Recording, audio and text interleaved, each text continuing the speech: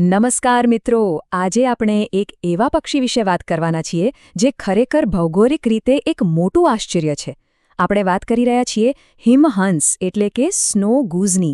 આ પક્ષી આર્કટિક પ્રદેશોનું વિચરતું પક્ષી છે અને તેની સફર અને જીવનશૈલી બંને એટલા જ અદ્ભુત છે. તો ચાલો સીધા જ આ હિમહંસની રોમાંચક દુનિયામાં ડાઇવ કરીએ અને તેની વૈજ્ઞાનિક સફરને એકદમ નજીકથી સમજીએ.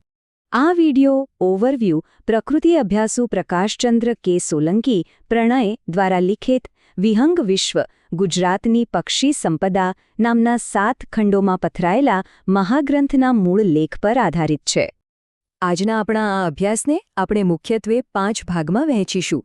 સૌથી પહેલાં તેનો પરિચય અને વર્ગીકરણ, પછી તેનો દેખાવ અને 2 અલગ અલગ સ્વરૂપો, ત્યારબાદ રહેઠાણ અને આર્કટિક સ્થળાંતર, ચોથા ભાગમાં આહાર અને પ્રજનન, અને અંતે તેની વર્તણૂક અને ભારતમાં તેની સ્થિતિ શું છે તે જોઈશું. તો શરૂઆત કરીએ આપણા પહેલા વિભાગથી, જે છે હિમહંસનું પરિચય અને તેનું વૈજ્ઞાનિક વર્ગીકરણ. હવે જો આપણે તેના પાયાના વૈજ્ઞાનિક પરિચયની વાત કરીએ ને, તો તે ખૂબ જ રસપ્રદ છે. છેક 1758માં મહાન જીવવિજ્ઞાની કાર્લ લિનિયસે સૌપ્રથમ આ પક્ષીનું વર્ણન કર્યું હતું.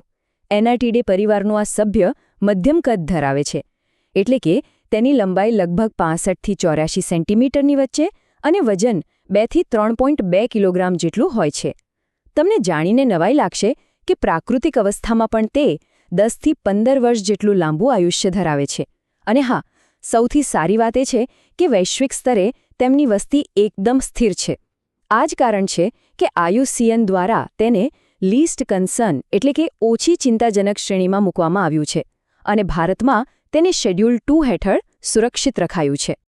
ચાલો હવે જરા તેના વૈજ્ઞાનિક નામ પાછળનો અર્થ પણ સમજી લઈએ.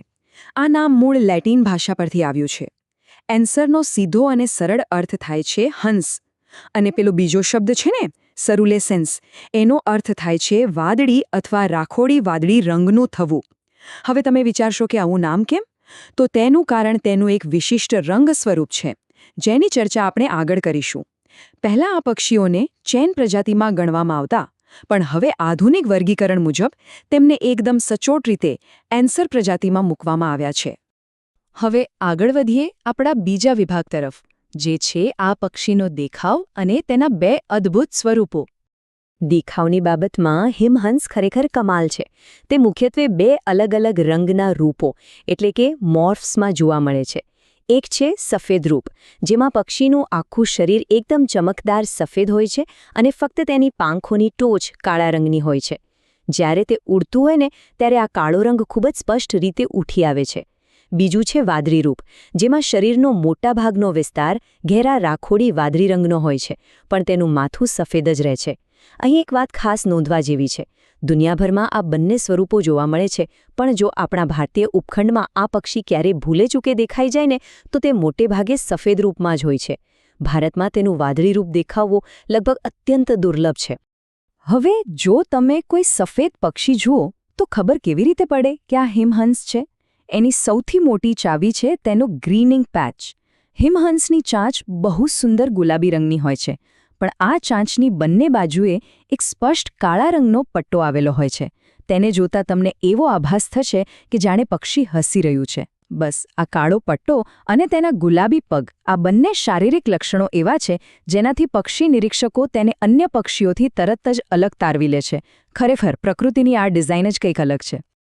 ચાલો હવે આપણે ત્રીજા વિભાગ પર આવીએ, જ્યાં આપણે તેના રહેઠાણ અને આર્કટિક સ્થળાંતર વિશે વાત કરીશું. આ પક્ષીઓ સામાન્ય રીતે ક્યાં રહે છે? તો તેમનું મુખ્ય ઘર છે ઉત્તર અમેરિકા અને પૂર્વી સાઇબેરિયાના અત્યંત કાતિલ ઠંડીવાળા આર્કટિક પ્રદેશો. તેઓ ત્યાં જ રહે છે અને પ્રજનન પણ કરે છે. પણ જેવી શિયાળાની શરૂઆત થાય અને બરફ જામવા માંડે, એટલે તેઓ બચાવ માટે દક્ષિણ તરફ એક મહાન સ્થળાંતર શરૂ કરે છે. આકાશમાં તેમને મોટા ઝુંડમાં વી આકાર બનાવીને ઉડતા જોવાનો લાવો કંઈક અલગ જ હોય છે.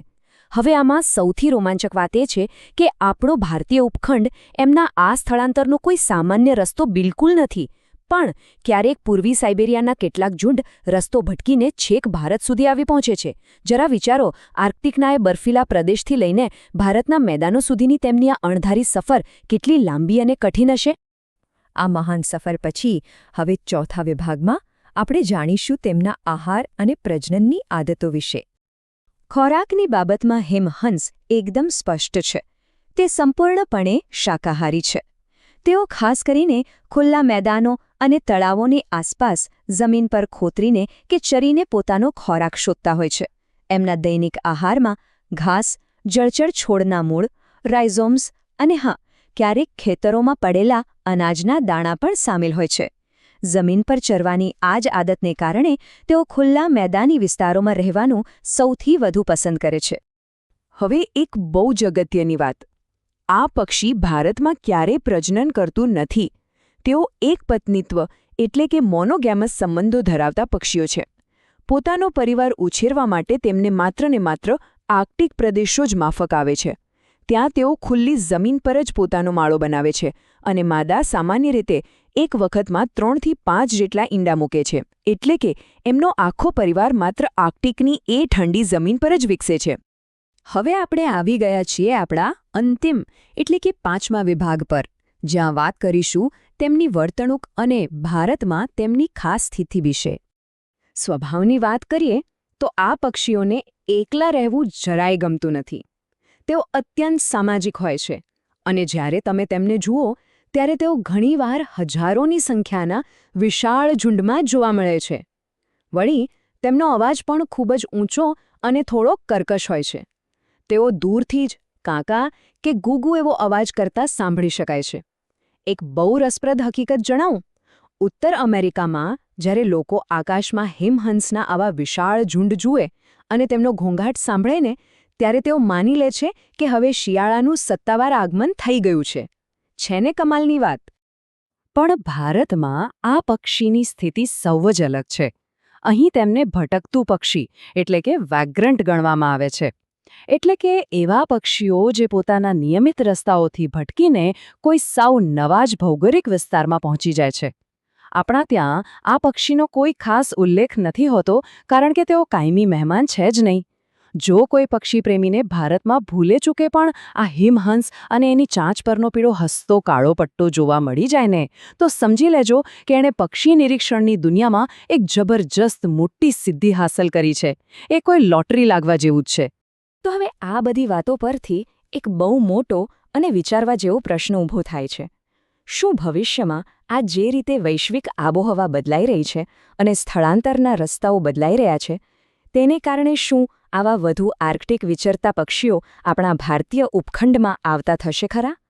શું એવું બને કે આજના આ ભટકતા પક્ષીઓ આવતીકાલના આપણા નિયમિત મહેમાન બની જાય? આ એક એવો પ્રશ્ન છે જે પ્રકૃતિ પ્રેમીઓ અને વૈજ્ઞાનિકોને સતત વિચારતા કરી દે છે. શું લાગે છે તમને? ખેર, આજે આપણે હિમહંસની દુનિયાને ખૂબ નજીકથી માણી. પ્રકૃતિના આવા જ અદ્ભુત રહસ્યો વિશે જાણતા રહેજો. આપણી સાથે જોડાવા બદલ આભાર.